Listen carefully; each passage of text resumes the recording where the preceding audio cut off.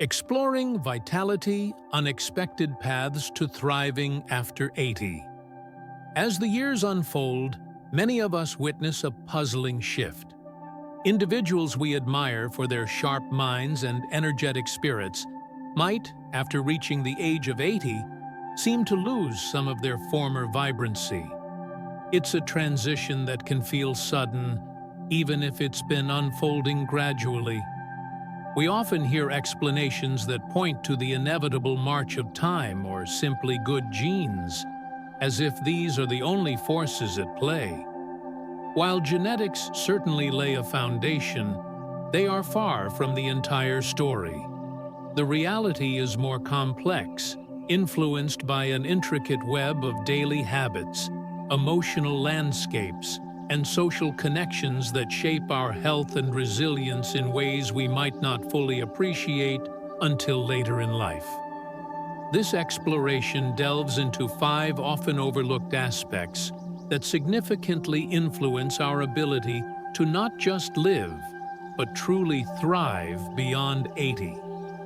These aren't the widely discussed habits like regular exercise, avoiding smoking, or adhering to a perfect diet, though those remain foundational. Instead, we'll uncover more subtle yet profoundly impactful elements that can silently chip away at well-being, even in those who have consistently made healthy choices throughout their lives. Understanding these factors isn't about dwelling on challenges. It's about gaining clarity and identifying areas where conscious effort can make a remarkable difference. The journey into our later years can be one of continued growth and fulfillment, and recognizing these subtle influences is a powerful step toward navigating it with grace and strength.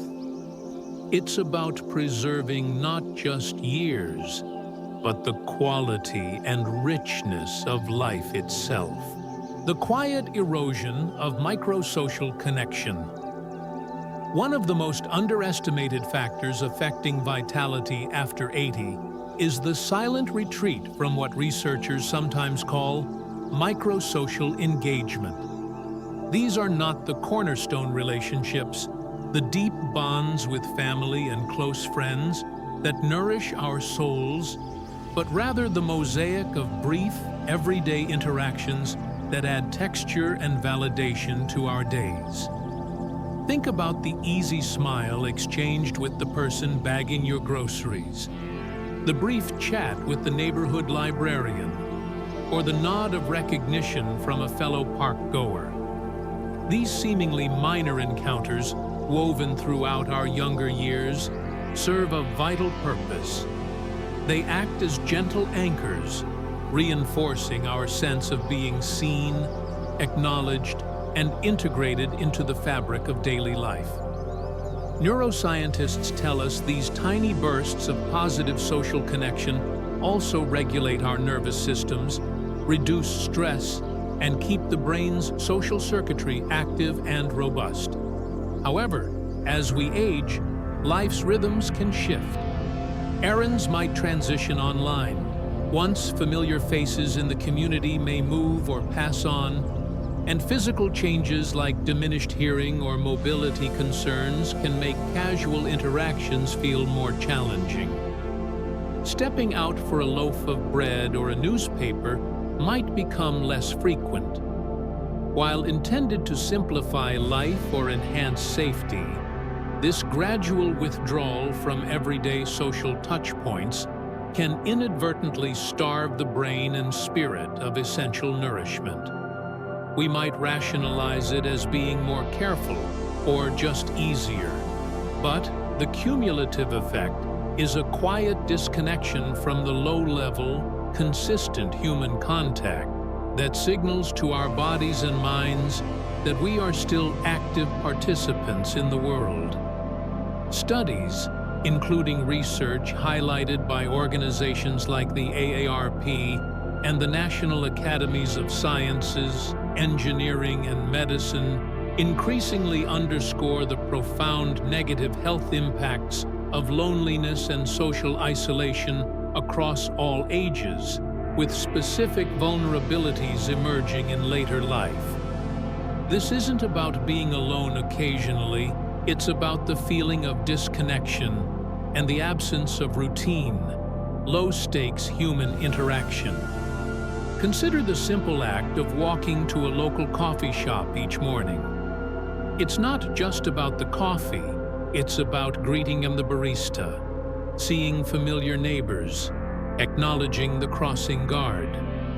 These fleeting moments build a gentle rhythm and sense of belonging. They provide subtle accountability and make us feel visible.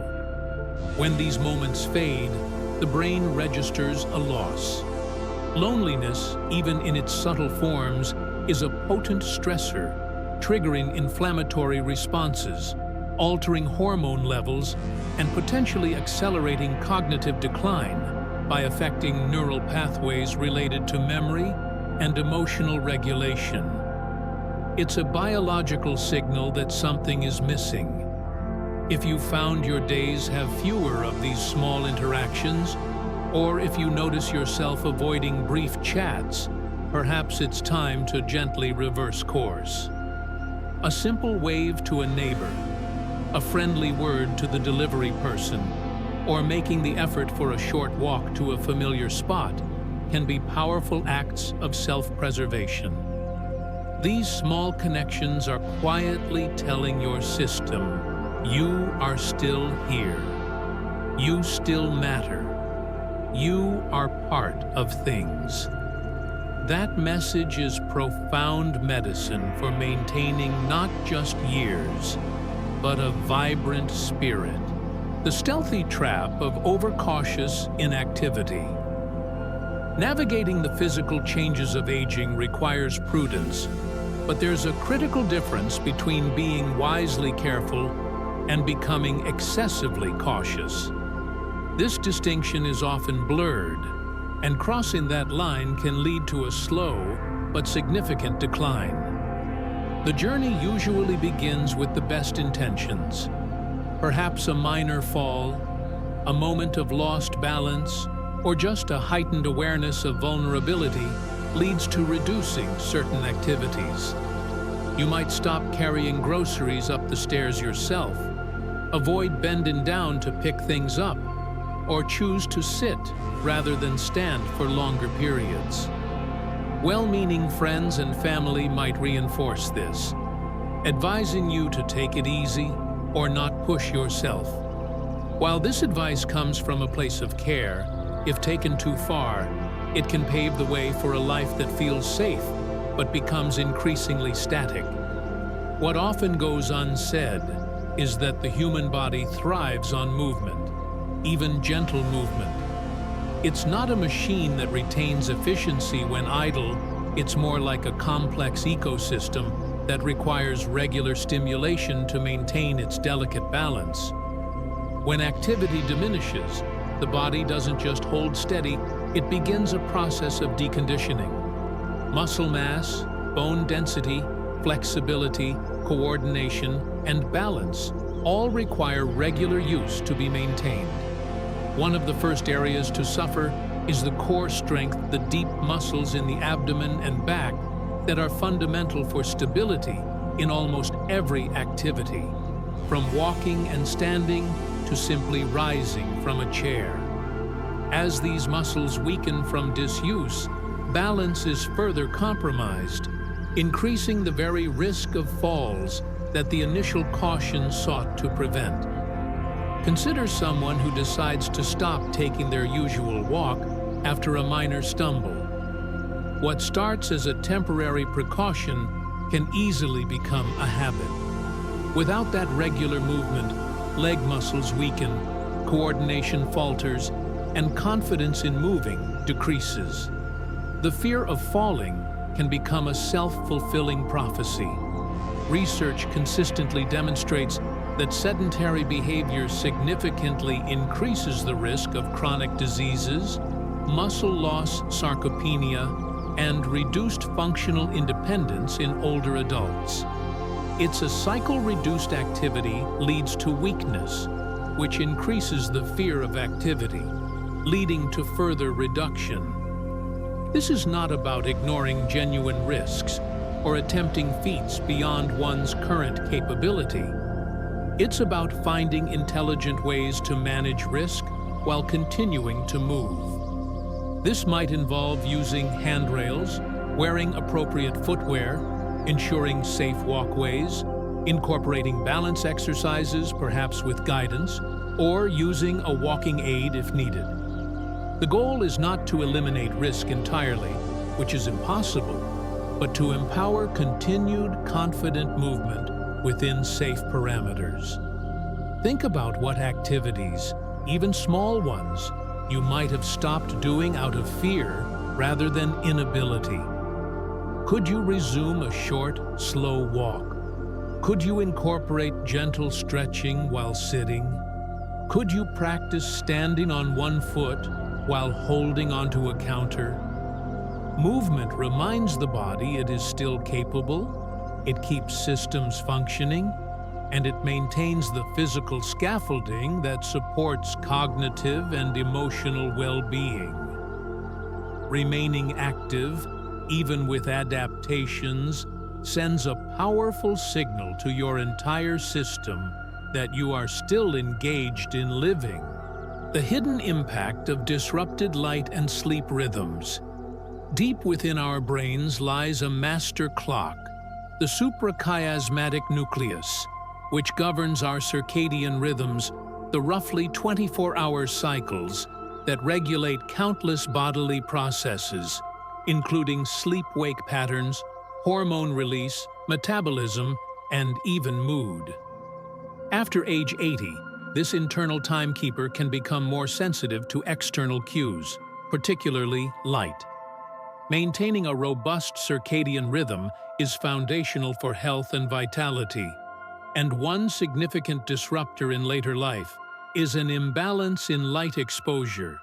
Too little natural daylight during the day and too much artificial light at night. Life changes in our later years can inadvertently lead to less exposure to natural light. Perhaps mobility issues make getting outdoors more challenging, or colder weather confines us indoors for longer periods.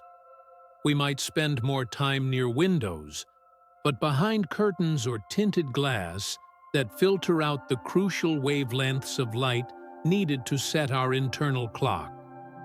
Simultaneously, evenings may be filled with prolonged exposure to artificial light, especially the blue light emitted by screens like televisions, tablets, and smartphones.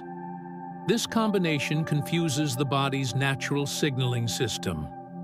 Bright morning light is a powerful cue to the brain to be alert, regulate cortisol, and synchronize daily functions.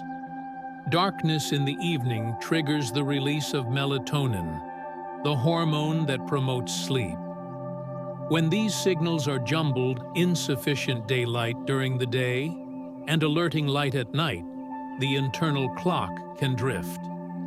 This disruption manifests in various ways: difficulty falling asleep, frequent nighttime awakenings, feeling tired despite spending adequate time in bed, daytime grogginess, reduced energy levels, and even a noticeable impact on memory and cognitive function. Chronic sleep disruption does more than just make us feel tired. It weakens the immune system, contributes to mood instability, and is increasingly linked to an increased risk of cognitive decline and neurodegenerative diseases. Furthermore, natural daylight exposure is essential for the body's production of vitamin D, often called the sunshine vitamin. As we age, our skin's ability to synthesize vitamin D from sunlight decreases, making consistent exposure even more important for bone health, muscle function, and immune support. Insufficient vitamin D is prevalent in older adults and is associated with a range of health issues. Making conscious choices about light exposure can have a profound impact. Try to get outside or spend time near a window, with blinds open shortly after waking. ideally within the first hour or two of the day.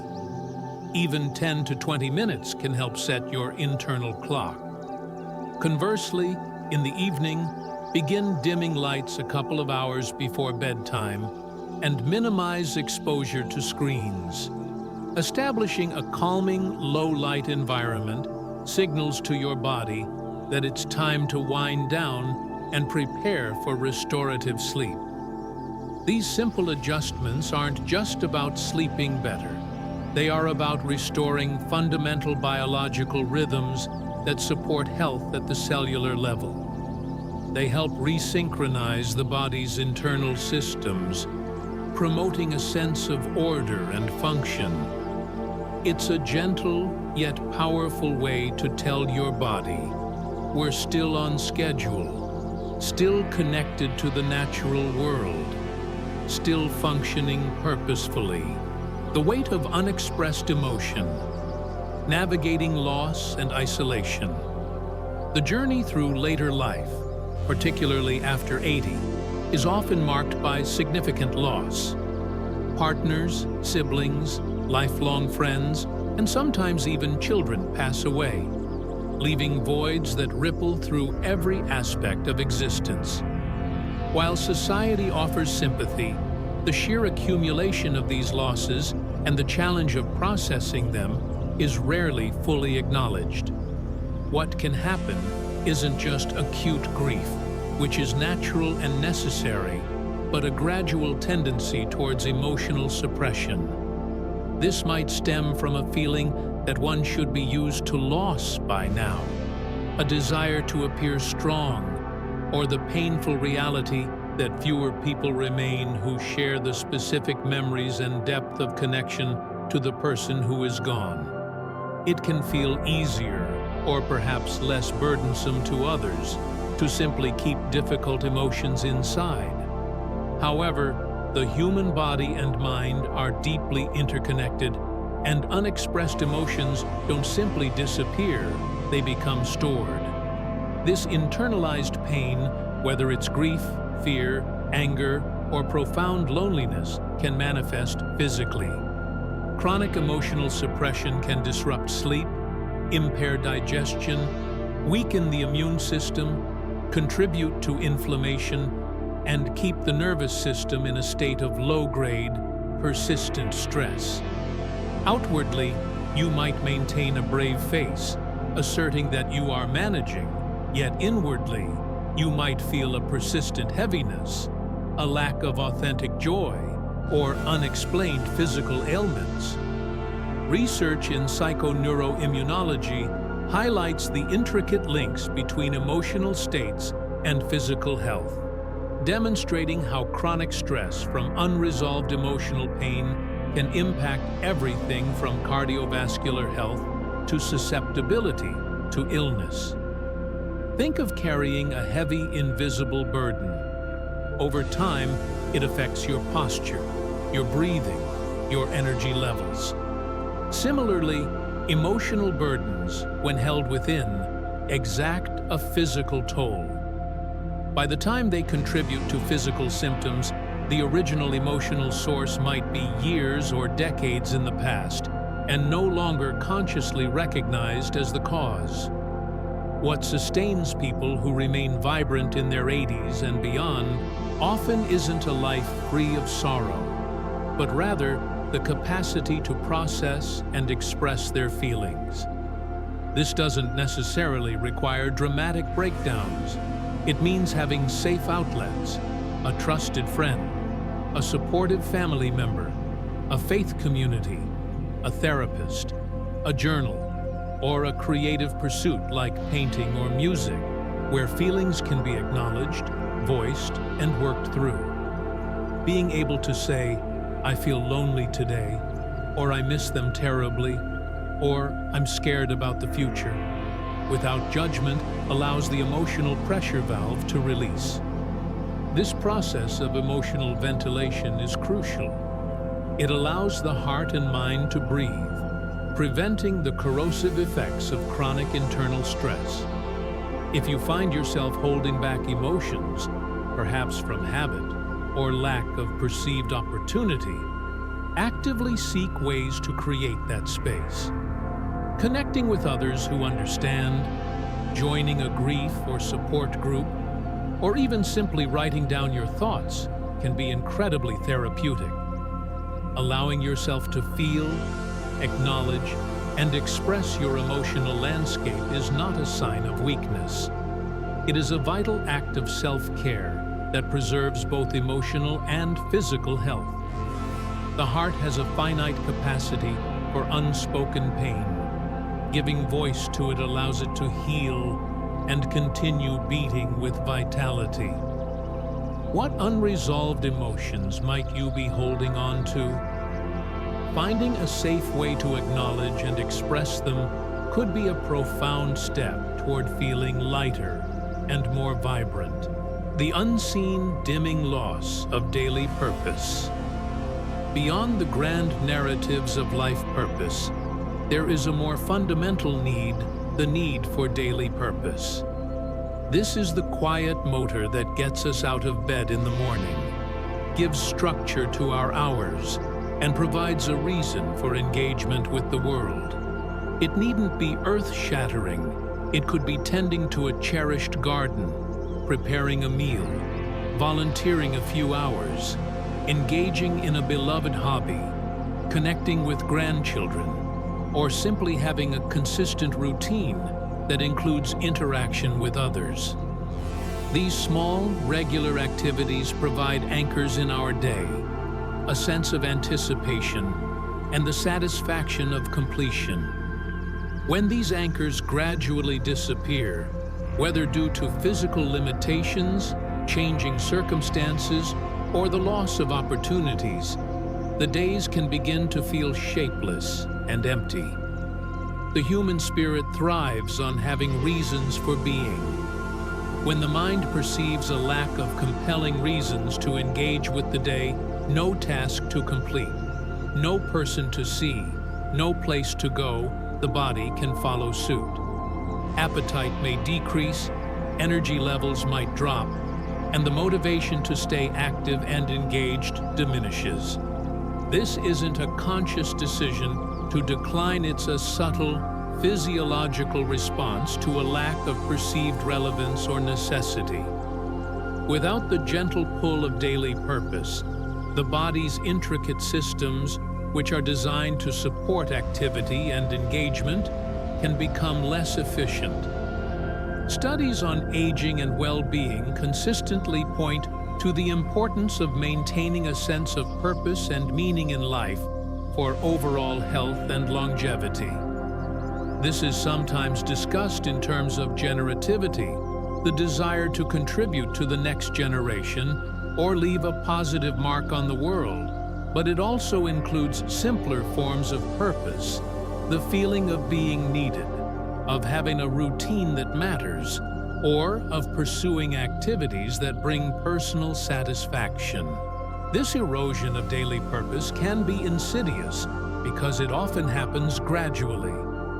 A weekly bridge game ends when friends move away. A volunteer role becomes too physically demanding.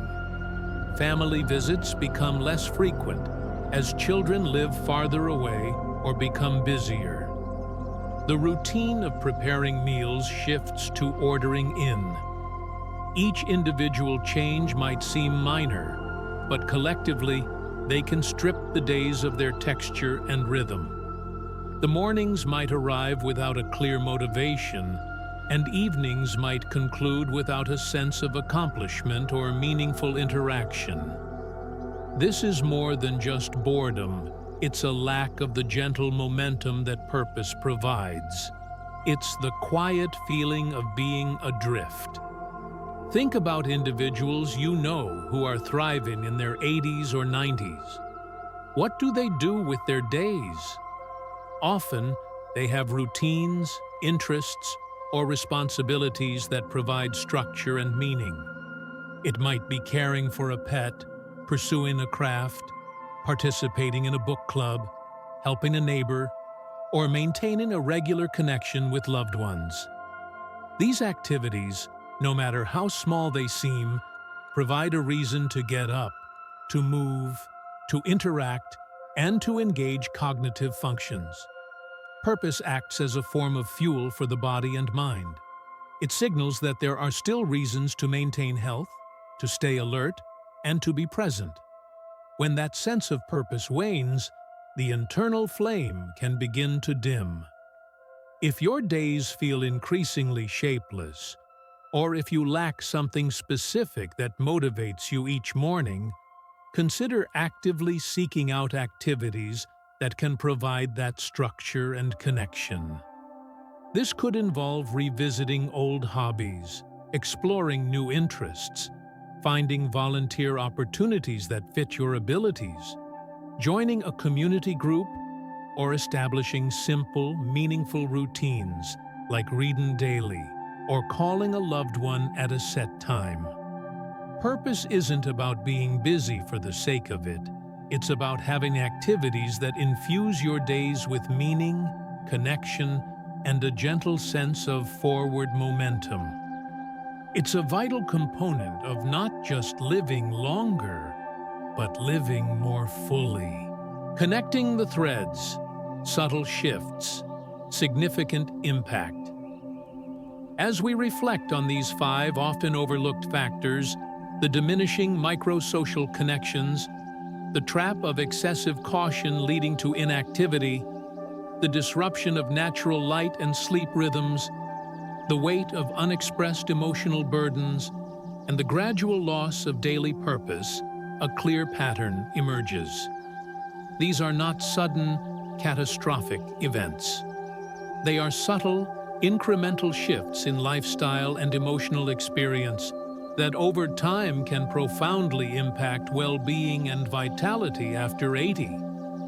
They represent a quiet withdrawal from engagement with the world, with others, and with one's own internal landscape. What makes these factors particularly challenging is how easily they can be rationalized or go unnoticed. Reducing errands to be safe seems sensible. Spending more time indoors to be comfortable feels harmless. Keeping difficult feelings private to be strong seems admirable. Allowing routines to fade because there's less to do feels natural. Yet, cumulatively, these choices can lead to a state of disengagement that affects everything from our hormonal balance and immune function to our cognitive sharpness and emotional resilience. The body and mind are deeply interconnected systems, and chronic lack of stimulation, connection, movement, restful sleep, and emotional processing sends signals of winding down. The encouraging news is that because these shifts happen incrementally, they can often be addressed incrementally as well. Reversing course doesn't require dramatic overhauls. It starts with small, conscious steps. A deliberate effort to exchange a few words with someone during an outing, choosing to take a short walk even when it's chilly, creating a consistent routine around waking and sleeping with attention to light, finding a safe space to talk about feelings, or identifying one small activity that provides a sense of accomplishment each day. These aren't merely lifestyle adjustments, they are acts of actively choosing engagement, connection, and presence. They are signals to your system that you are still invested in living fully. Think back over the points we've discussed. Which resonated most deeply with you? Did any of these factors feel uncomfortably familiar? Perhaps you've noticed yourself engaging in fewer casual conversations, spending more time seated out of caution, finding your sleep patterns have shifted, feeling the weight of unspoken loss, or struggling to find structure in your days. Identifying these areas is the crucial first step. It's not about judgment, but about awareness and empowerment. You possess more agency than you might realize in shaping your experience of aging. It's not about halting the passage of time, but about influencing how you journey through it. A path forward reclaiming engagement and purpose. Navigating the later years with vitality and joy is an active process. It requires conscious attention to the subtle factors that can either support or diminish our well-being. It's about understanding that true resilience after 80 is not just about physical health, but about maintaining robust connections to others, to our environment, to our inner emotional world, and to activities that give our days meaning.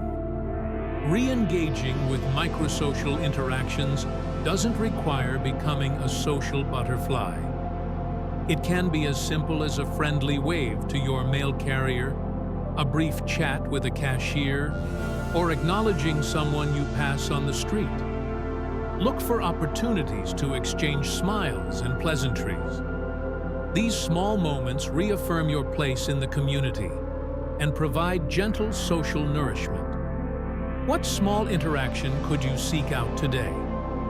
Countering overcautious inactivity doesn't mean taking foolish risks. It means finding safe, sustainable ways to incorporate movement into your day.